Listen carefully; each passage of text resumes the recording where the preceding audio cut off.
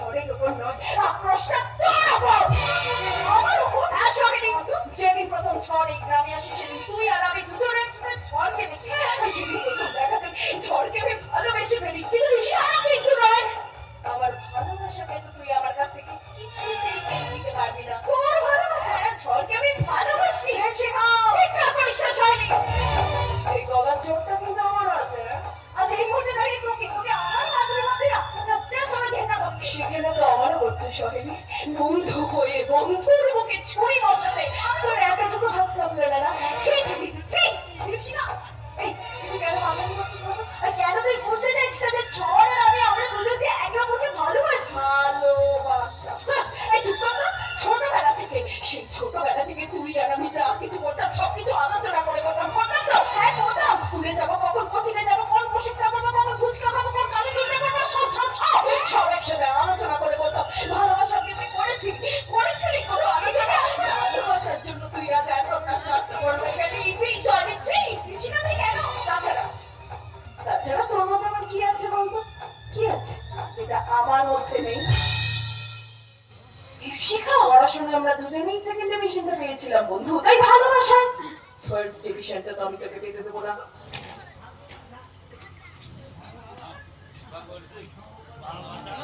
বেশ, তোর কথা শুনলাম এবং খুব ভালোভাবে বুঝলাম, তাই আজ আমিও তোকে একটা কথা খুব স্পষ্ট ভাবে জানিয়ে দিচ্ছি দীপশিখা, আজকের পর থেকে ভবিষ্যতে তোর সাথে আর কোনো রকম কোনো কথা বলার ইচ্ছেটা আমার মধ্যে আর রইল না। বলিস না?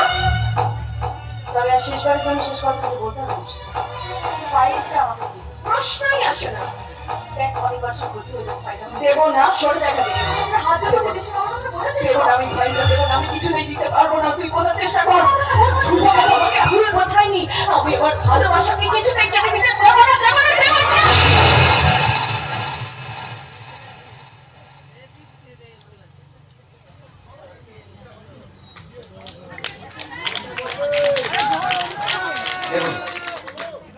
দেখুন আপনারা, এই দৃশ্যটাই হচ্ছে বর্তমান ভারতবর্ষের প্রতিচ্ছবি।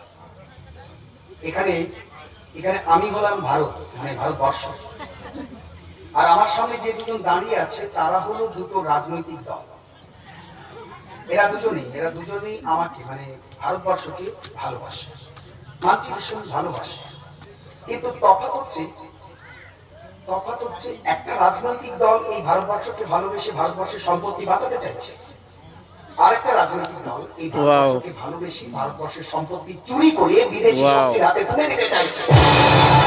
এবার ভারতবর্ষের রাজনৈতিক দল তোমাদের জবাব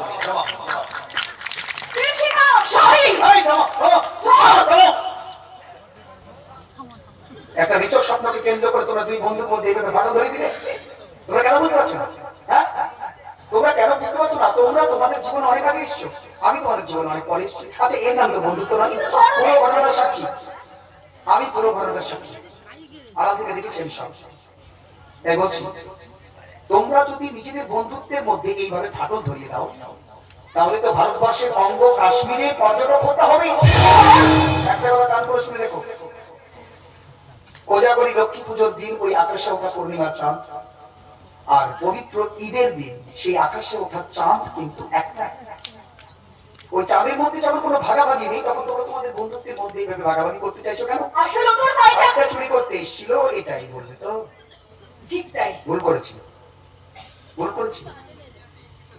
ও যদি ফাইলটা আমাকে চাইতো, তাহলে আমি আস্তে আস্তে স্বেচ্ছায় ওকে ফাইলটা দিয়ে দিতাম। আমি তোমার ভালোবাসাকে শ্রদ্ধা করি দীপশিখা, আমি তোমার ভালোবাসাকে শ্রদ্ধা করি। ফাইলটা তুমি নিয়ে যাও, হ্যাঁ নিয়ে যাও, ফাইলটা নিয়ে যাও। নিয়ে গিয়ে ফাইলের মধ্যে থাকা প্রত্যেকটা কাগজ ভালো করে পড়ে দেখো। তারপর তুমি যদি আমাকে সত্যি সত্যি ভালোবাসো, তারপর তুমি সিদ্ধান্ত নিও এই ফাইলটা তুমি ওই ধ্রুবর হাতে তুলে দেবে কি না। প্রশ্নটা আমার, আর উত্তরটা তোমার।